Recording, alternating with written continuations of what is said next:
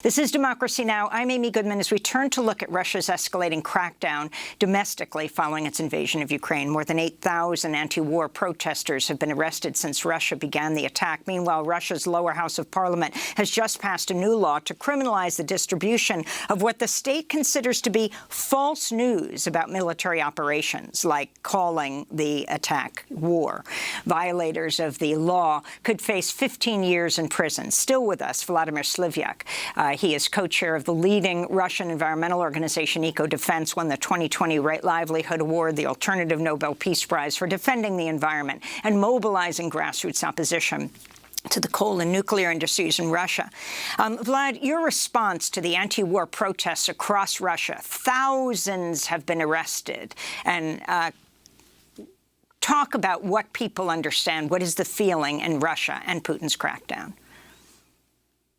Well, first of all, I think it's very hard to imagine for people in the West or in USA or a European Union how Russian propaganda is working. I mean, you've gotten access to different sources of information, to different TV channels, and Russians don't have this. The big majority, like over 70% of Russians, are just watching the first channel of the TV, which is state-controlled, and that put out all kinds of propaganda, anti-Ukrainian propaganda, to make people believe that in Ukraine something bad is happening to Russian-speaking people, which is absolutely not true, and just a pure propaganda to justify this invasion. But I mean, I was a bit surprised, actually, that even in a dictatorship country like Russia, and Russia is dictatorship today, people actually went to protest, and the thousands of people went in the street. I mean, although it's still not that mass protest, but even this number, that I think it's well over 10,000 of people that went to protest since the beginning. Well, it's pretty impressive taking into account what's going on in Russia, how media controlled, how much repression is there right now. That's my take.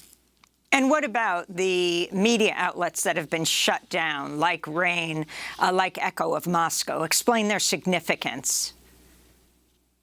Well, it is very significant.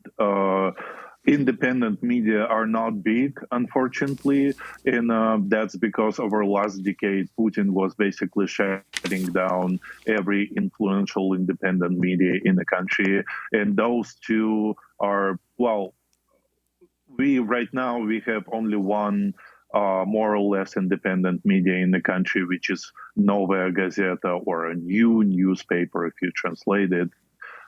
Which still puts a lot of anti-war propaganda, not propaganda, but anti-war information.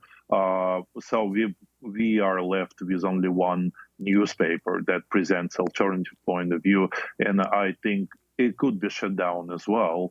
But the Echo of Moscow and the TV RAIN being the main sources of information, of alternative to governmental information, to all, well, in a country like Russia with 150 million of people, now people cannot really get this alternative information anymore.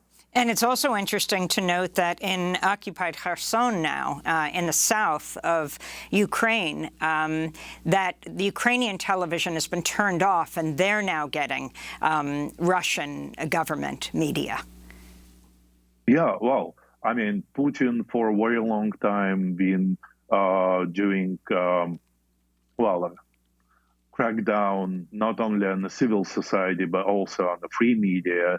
And I mean, what we see today in Russia is a result of this policy, when the whole structures of a civil society basically destroyed, and there are almost no organizations left who can actually organize mass protests.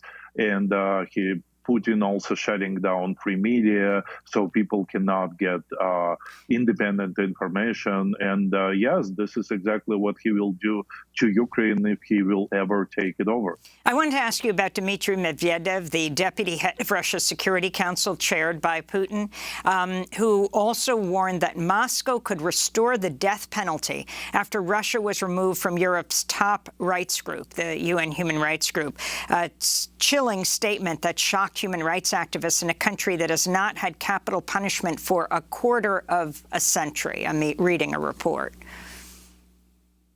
That is absolutely shocking. But looking at what Russian regime or Putin regime been doing over the last decade, unfortunately, it doesn't look like impossible. I think Russian regime can do this. I wanted to just comment that after Rain TV finished their final broadcast, they put on a loop of Swan Lake. This was an explicit reference to something Soviet authorities did when they wanted to bury bad news, including the 1991 coup attempt that led to the dissolution of the Soviet Union. Vlad. Yeah, that's correct. Usually TV was showing something like that when the leader of a country would be dead, actually. So when something like that plays on the TV, people, a lot of people in Russia start to remember that back in the Soviet times, they could see something like that on the television when the big boss of the Soviet Union could be dead. So now people still doing jokes about this, and I would probably stop here. Yeah. Finally, Vlad, we have 30 seconds. The significance of the increasing sanctions against the leadership in Russia. That is very powerful sanctions, and it is very good that the international community introduced so powerful sanctions. It's hitting Russian economy way much, and I think in this situation, that's the only way to stop a war, to cut out resources for continuation of war for a Putin regime. Are you concerned that increasing the sanctions could lead Putin to take more drastic action? I think if the rest of the world will not cut out resources for Putin regime, this regime will go into more wars, and there will be bigger war in Europe. So I support every sanction against Putin regime. Are you afraid to go back to Russia? Well, I'm afraid, but this is not the most important thing right now. The most important thing right now is peace. Vladimir Slivyak, I want to thank you for being with us, co-chair of the leading Russian environmental organization, Eco-Defense, Right Livelihood Award winner. When we come back, we're going to go to where we started, and that's Ukraine. We're going to speak with a Ukrainian-American journalist who says the Ukraine of his childhood is being erased. Stay with us.